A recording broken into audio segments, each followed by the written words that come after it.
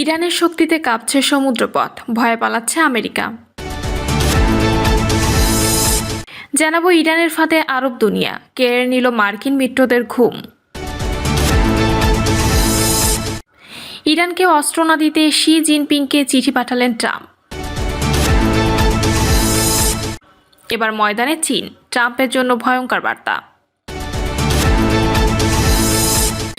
জানাবো এখন ইরানের পক্ষ নিচ্ছে সৌদি আরব, কিন্তু কেন?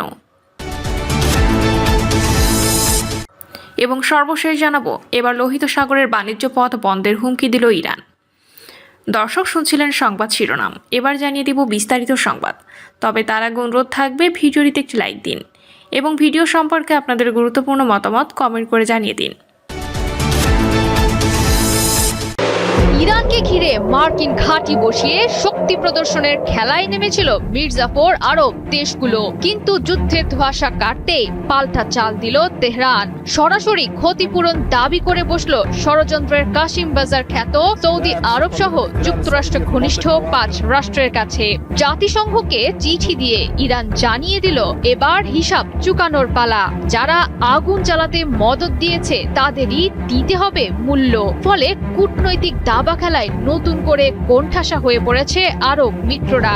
ক্ষতিপূরণ প্রাপ্তির জন্য গেল সোমবার জাতিসংঘের মহাসচিব আন্তোনিও গুতেরেস এবং নিরাপত্তা পরিষদের সভাপতি জামাল ফারেস আল রোয়াইর কাছে চিঠি লিখেছেন ইরানের রাষ্ট্রদূত ও স্থায়ী প্রতিনিধি আমির সাইদ ইরাভানি। যুক্তি হিসেবে উল্লেখ করেন ইরানের বেসামরিক স্থাপনাগুলোয় বেসামরিক সশস্ত্র হামলায় জড়িত ছিল আমেরিকা এবং ইসরায়েলকে মদদ দেয়া 5টি আরব দেশ। ইরাভানির দাবি, সৌদি আরব, বাহরাইন, কাতার, সংযুক্ত আরব আমিরাত এবং জর্ডান ইরানের বিরুদ্ধে হামলা চালাতে পশ্চিমা অপশক্তিকে অন্যায় অনুমতি দিয়েছে।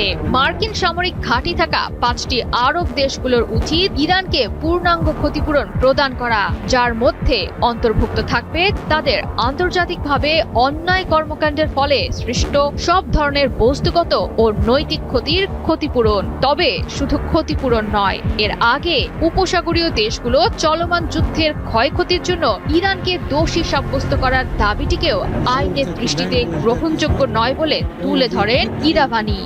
সম্প্রতি জাতিসংঘ সনদের 51 নং অনুচ্ছেদের আত্মরক্ষার অধিকারের আওতায় ইরানের কাছে ক্ষতিপূরণ দাবি করেছিল আমেরিকাকে মদদ দেয়া এই 5টি দেশ। তবে সে দাবিকে প্রত্যাখ্যান করেছে মোস্তফা খামেনির নেতৃত্বাধীন ইরান। প্রতিপক্ষকে পাল্টা জবাব দিতে লিখেছে জাতিসংঘের উদ্দেশ্যে চিঠি। জানিয়েছে আরব দেশগুলো নয়, বরং অন্যায়ভাবে আগ্রাসনের শিকার হচ্ছে তেহরান। আরব দেশগুলোর কাছে ক্ষতিপূরণ দাবি করে ইরান তাদের আত্মরক্ষার সহজাত অধিকার প্রয়োগ করেছে।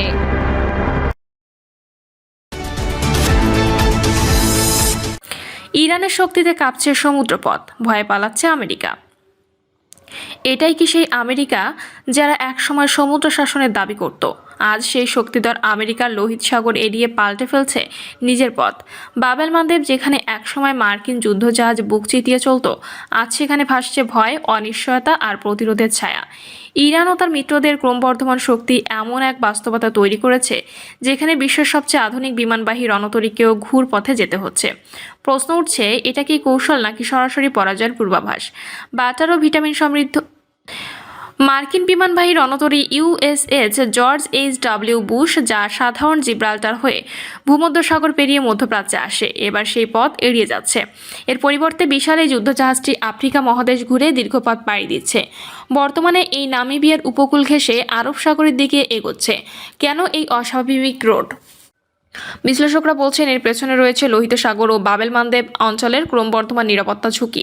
গত 2 বছরের ইয়েমেনের যোদ্ধারা ড্রোন ও ক্ষেপণাস্ত্র দিয়ে মার্কিন ও বাণিজ্যিক জাহাজকে লক্ষ্য করে ধারাবাহিক হামলা চালিয়েছে।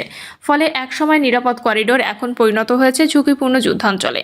এই বাস্তবতায় মার্কিন নৌবাহিনীর সিদ্ধান্ত স্পষ্ট, সংঘর্ষ এড়িয়ে চলা। কিন্তু প্রশ্ন উঠছে, যদি আমেরিকা এতটাই শক্তিশালী হয় তাহলে কেন তারা সরাসরি এই পথ ব্যবহার করতে পারছে না? এটাই কি প্রমাণ নয় যে প্রতিরোধ অক্ষ এখন বাস্তবিক অর্থের আঞ্চলিক শক্তির ভারসাম্য বদলে দিয়েছে? ইরানের ইসলামিক রেভলিউশনারি গার্ড কর্পসের কোচ ফোর্সের কমান্ডার ব্রিগেডিয়ার জেনারেল ইসমাইল কানি স্পষ্ট ভাষায় বলেছেন, প্রতিরোধ অক্ষ পুরো অঞ্চলে শক্তিশালী অবস্থানে রয়েছে এবং শত্রুদের মোকাবেলায় সম্পূর্ণ প্রস্তুত। তার বক্তব্যে আরও উঠে আসে আমেরিকা ও তার মিত্ররা ইতিমধ্যে ইয়েমেন, বাবেল মানে ও লোহিত সাগরে ব্যর্থ হয়েছে এবং ভবিষ্যতেও তারা কোনো অর্জন ছাড়াই ফিরে যাবে। একসময় যেখানে আমেরিকা এককভাবে সমুদ্রপথ নিয়ন্ত্রণ করত, এখন সেখানে আঞ্চলিক শক্তিগুলো চ্যালেঞ্জ ছুড়ে দিচ্ছে। ইরান ও তার মিত্রদের সমন্বিত কৌশল, বিশেষ করে অসমযুদ্ধ কৌশল মার্কিন নৌবাহিনীকে নতুন করে হিসাব করতে বাধ্য করছে। মধ্যপ্রাচ্যের সমীকরণ বদলে গেছে। ইরানকে অস্ত্র না দিতে শি জিনপিংকে চিঠি পাঠালেন ট্রাম্প।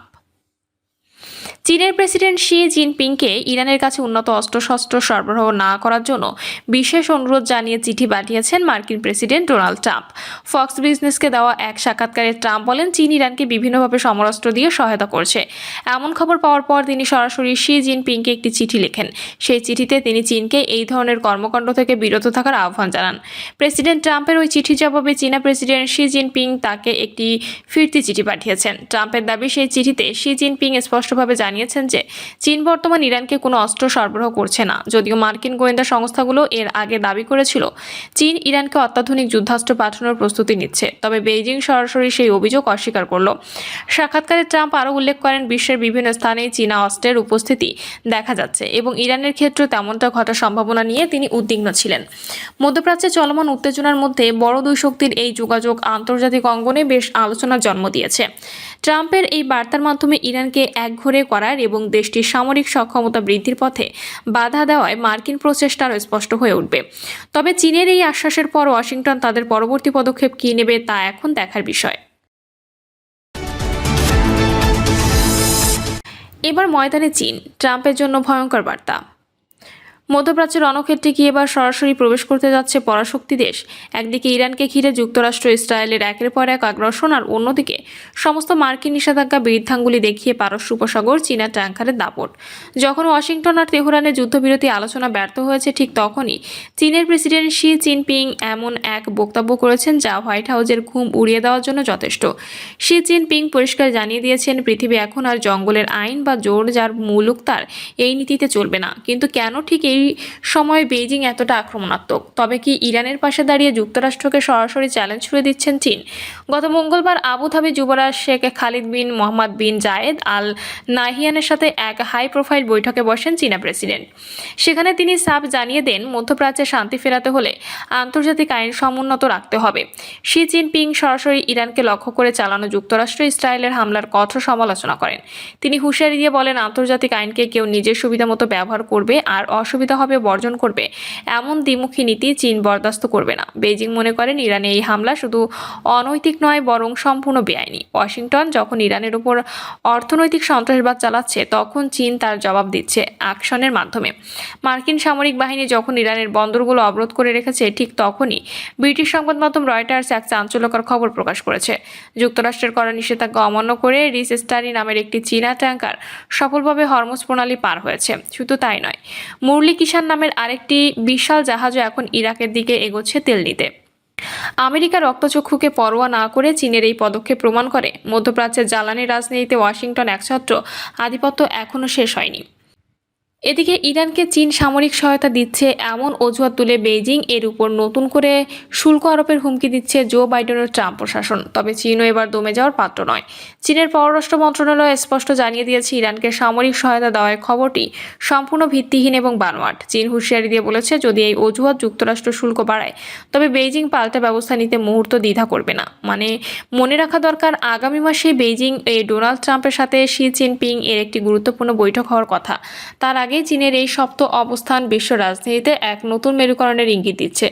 পরিশেষে বলা যায়, মধ্যপ্রাচ্যের ইরানকে কোণঠাসা করার যে পরিকল্পনা ইসরায়েল ও যুক্তরাষ্ট্র করেছে, সেখানে বড় বাধা হয়ে দাঁড়িয়েছে চীন। ইরানের সাথে চীনের এই গভীর অর্থনৈতিক ও কৌশলগত সম্পর্ক ট্রাম্প প্রশাসনের জন্য এক চরম দুঃসংবাদ। শি জিনপিং এর বার্তা পরিষ্কার, মধ্যপ্রাচ্যের শান্তি চাইলে আগে আগ্রাসন বন্ধ করতে হবে। এখন দেখার বিষয়, আগামী বৈঠকে ট্রাম্প কি চীনের এই হুঙ্কার মেনে নেন, নাকি সংঘাত আরও চরমে পৌঁছায়। এখন ইরানের পক্ষ নিচ্ছে সৌদি আরব, কিন্তু কেন? আরব বিশ্ব মুসলিম ভ্রাতৃত্বের কথা বলা হলেও ইরানের পাশে দাঁড়াতে পারেনি অধিকাংশ আরব দেশ, বরং ক্ষমতা টিকিয়ে রাখতে তারা দীর্ঘদিন নির্ভর করেছে ওয়াশিংটনের উপর, মাথা নত করেছে মার্কিন প্রভাবের কাছে। কিন্তু হঠাৎ করে দৃশ্যপট বদলাতে শুরু করেছে। যে সৌদি আরব এতদিন আমেরিকার ঘনিষ্ঠ মিত্র হিসেবে কঠোর অবস্থানে নিয়েছিল, সেই দেশই এখন যুক্তরাষ্ট্রকে বলছে সংঘাত থামাও, আলোচনা করো। প্রশ্নটা স্পষ্ট, কেন এই বদল? হরমুজ প্রণালী ঘিরে কি এমন বাস্তবতা তৈরি হয়েছে যা সৌদিকে বাধ্য করলো পুরনো অবস্থান বিবেচনা করতে?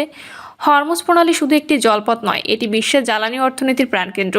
প্রতিদিন প্রায় 2 কোটি ব্যারেল তেল এই পথ দিয়ে বিশ্ববাজারে পৌঁছায়। ইরান যদি এটি কার্যত বন্ধ করে রাখে বা সংঘাতও বাড়ে, তাহলে তেলের দাম আকাশ ছোঁয়া হয়ে উঠবে। সরাসরি আঘাত পড়বে সৌদি আরবের অর্থনীতিতেও। ডোনাল্ড ট্রাম্পের অবরোধ নীতি এখন সৌদির কাছে আত্মঘাতী হয়ে মনে হচ্ছে। তারা বুঝেছে যুদ্ধ যত দীর্ঘ হবে, ক্ষতি তত গভীর হবে, শুধু ইরানের নয়, পুরো উপসাগরীয় অঞ্চলের। সাম্প্রতিক প্রতিবেদনে দেখা যায় সৌদি আরব যুক্তরাষ্ট্রকে হরমুজ প্রণালীর নৌ অবরোধ তুলে নিতে এবং আলোচনায় ফিরতে চাপ দিচ্ছে, কারণ তারা আশঙ্কা করছে যুক্তরাষ্ট্রের চাপ বাড়লে ইরান শুধু হরমুজ নয়, বাবেল মানদেব স্ট্রেইটে বন্ধ করে দিতে পারে। এই পথটি লোহিত সাগরের প্রবেশদ্বার এবং সৌদি আরবের তেল রপ্তানির বিকল্প রুট হিসেবে অত্যন্ত গুরুত্বপূর্ণ। হরমুজ বন্ধ থাকায় সৌদি ইতিমধ্যে পাইপলাইনের মাধ্যমে তেল লোহিত সাগরে পাঠাচ্ছে। বাবেল মানদেবও যদি বিঘ্নিত হয়, তাহলে সৌদি রপ্তানি ব্যবস্থা ভেঙে পড়বে। 28 ফেব্রুয়ারির পর যুক্তরাষ্ট্র ইসরায়েলের যৌথ অভিযান এবং ইরানের পাল্টা প্রতিক্রিয়া পরিস্থিতিকে পূর্ণাঙ্গ আঞ্চলিক সংকটে রূপ দিয়েছে। সৌদি আরব এতদিন কঠোর অবস্থানে থাকলেও বাস্তবতা তাদের শিখিয়েছে এই সংঘাত নিয়ন্ত্রণের বাইরে চলে গেলে সবচেয়ে বড় ক্ষতিগ্রস্ত হবে তারা নিজেরাই। তাই তারা এখন ওয়াশিংটনকে আলোচনার টেবিলে ফেরার জন্য চাপ দিচ্ছে। ফক্স নিউজকে দেওয়া সাক্ষাৎকারে ট্রাম্প যুদ্ধ শেষের ইঙ্গিত দিলেই একই সঙ্গে অবরোধ আরোপের কথা বলেছেন। এই দ্বৈত অবস্থান সৌদি আরবকে আরও সতর্ক করে তুলেছে। তারা বুঝতে পারছে অনিশ্চয়তার এই খেলায় শুধু যুক্তরাষ্ট্রের ওপর নির্ভর করে থাকা বিপজ্জনক। তাই নিজেদের নিরাপত্তা ও অর্থনৈতিক স্বার্থ রক্ষায় ইরানের সঙ্গে সরাসরি সংঘাত এড়িয়ে উত্তেজনা কমানোর পক্ষে অবস্থান নিয়েছে। মধ্যপ্রাচ্যের রাজনীতিতে স্থায়ী বন্ধু বা শত্রু নেই, আছে শুধু স্বার্থ। হরমুজ প্রণালী ঘিরে উত্তেজনা সেটাই প্রমাণ করেছে। সৌদি আরব এখন বিদেশের কুকুর ছেড়ে স্বদেশের ঠাকুর ধরার কৌশল নিয়েছে। ভীষণ 2030-এর অধীনে অর্থনীতি বৈচিত্র্যকরণের মধ্যে স্থিতিশীলতা তাদের জন্য অপরিহার্য। দীর্ঘ যুদ্ধ তাদের তেল নির্ভর অর্থনীতিকে ধ্বংস করতে পারে। রাজনৈতিক বিশ্লেষকরা বলছেন সৌদির এই অবস্থান পরিবর্তন মধ্যপ্রাচ্যের কূটনীতিক সমীকরণকে নতুন করে সাজাতে পারে। যুক্তরাষ্ট্রের সঙ্গে সম্পর্ক থাকলেও সৌদি এখন স্বাধীনভাবে স্বার্থ রক্ষায় মনোযোগী। ট্রাম্পের সিদ্ধান্ত এবং ইরানের প্রতিক্রিয়ার মধ্যে ভারসাম্য রক্ষা করতে গিয়ে সৌদি আরবের এই নতুন ভূমিকা অঞ্চলের ভবিষ্যৎ নির্ধারণে গুরুত্বপূর্ণ হয়ে উঠবে। সংঘাতের আগুন যদি নিয়ন্ত্রণে আসে, তাহলে সৌদির এই চাপ সফল হবে। অন্যথায় পুরো উপসাগরীয় অঞ্চল নতুন করে অস্থিরতায় পড়বে। সময় বলে দেবে এই কূটনৈতিক বদল কতটুকু স্থায়ী হয়। প্রিয় দর্শক, এই ছিল এখনকার সর্বশেষ সংবাদ। আপডেট সব সংবাদ পেতে চ্যানেলটি সাবস্ক্রাইব করে বেল আইকনটি ক্লিক করে রাখুন।